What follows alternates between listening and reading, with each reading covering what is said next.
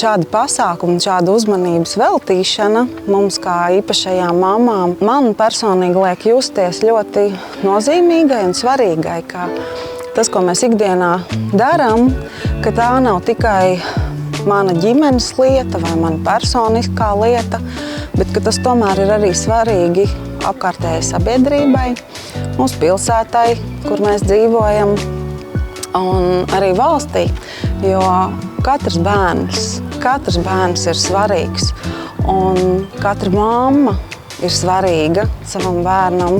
Uz priekšu atkal ar tādām iedvesmotu sirdi var iet uz priekšu un atkal darīt to ikdienas darbu, ko cits neviens neredz, lietās ikdienas asaras, ko arī cits neviens neredz, bet tas stiprina un iepriecina un ļoti, ļoti atveldzē. Paldies! Mamma šeit satver kādu atziņu, kādu mīlestību, kādu cerību, kādu ticību un spēku atkal iet un turpināt un mīlēt savu ģimeni, savus bērnus. Kā paldies par to!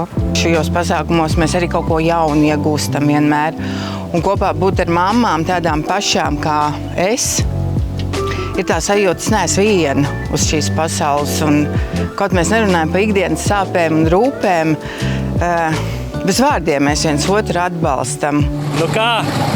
Super! Vienkārši baigi labi! Sen tas nebija darīts, viņš bija baigi.